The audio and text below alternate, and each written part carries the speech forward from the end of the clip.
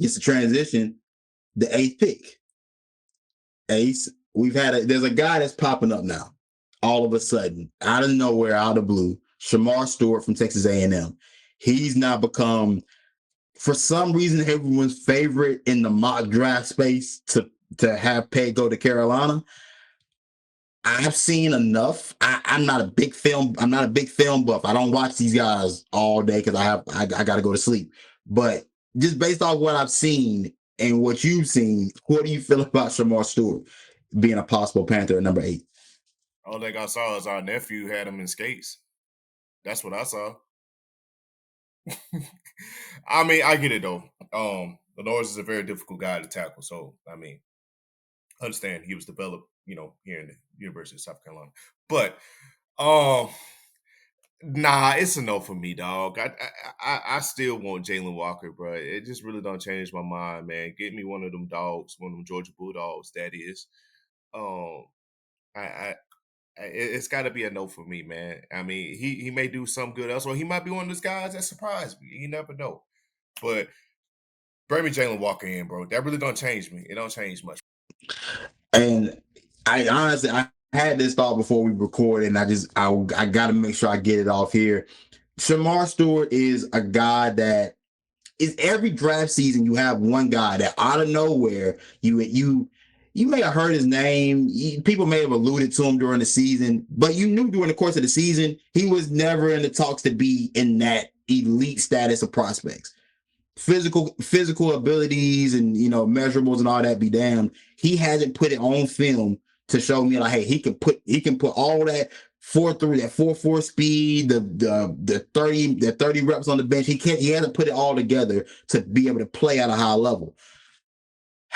This is one of those things where I believe the agents are at play. That when you get to this part of the offseason, when you get to mock draft season, agents are making calls and people are pushing their guy to be in certain positions that they never were in during the course of the season. And that when we were all watching football, we never heard of these guys. Some of these guys never popped up. And then you have guys like Mason Graham, for example. I started to see his name start to slip. And I think he's a victim of prospect fatigue. We've known you for too long. You've been known for about 2 years now. Nobody cares anymore. We've said all the good things we can say about you. Nobody wants to give you any more praise. Now we got to nitpick and we got to try to bring you down step by step. And for some reason, there's gonna be a good team that just falls into them, much like Jalen Carter with the Philadelphia Eagles a couple years ago. Yeah. We just fall into it, and now and then we get to the end of the season. We're like, damn, how we let that? What? How do we let another good team get another good player? And that's what I think that's the part of this offseason I think we're at right now. Well, at that time with Jalen Carter, he had the incident with his homeboy. That felt, nobody knew how that situation was going to turn out and go. Obviously, he's still a free man. I think that situation got handled. Mason Graham, if that was to happen to us, please, if he is at 8, I'm saying Carolina get him. That's number 1. The only reason I'm saying Jalen Walker is because I think he'll be right there for us to take. But Mason Graham falls to 8, absolutely. Carolina, smash the button. Smash. Call Michigan. Call everybody. Yes, brother, you are in Process Blue. Welcome. Welcome to Bojangles and get your cookout. You're here. That's just me.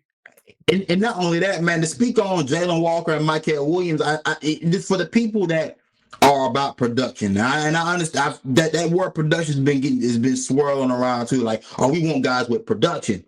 Let me tell y'all something.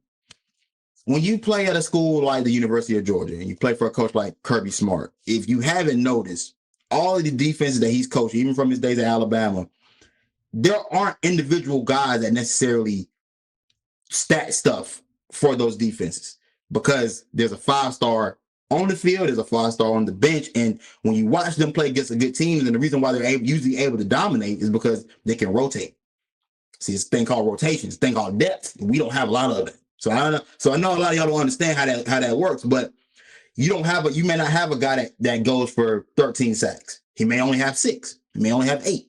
But when you look at his measurables in terms of his size, you look at how he tests, and you look at the film, you can see everything aligns. And for me, that's why those Georgia guys are always in play.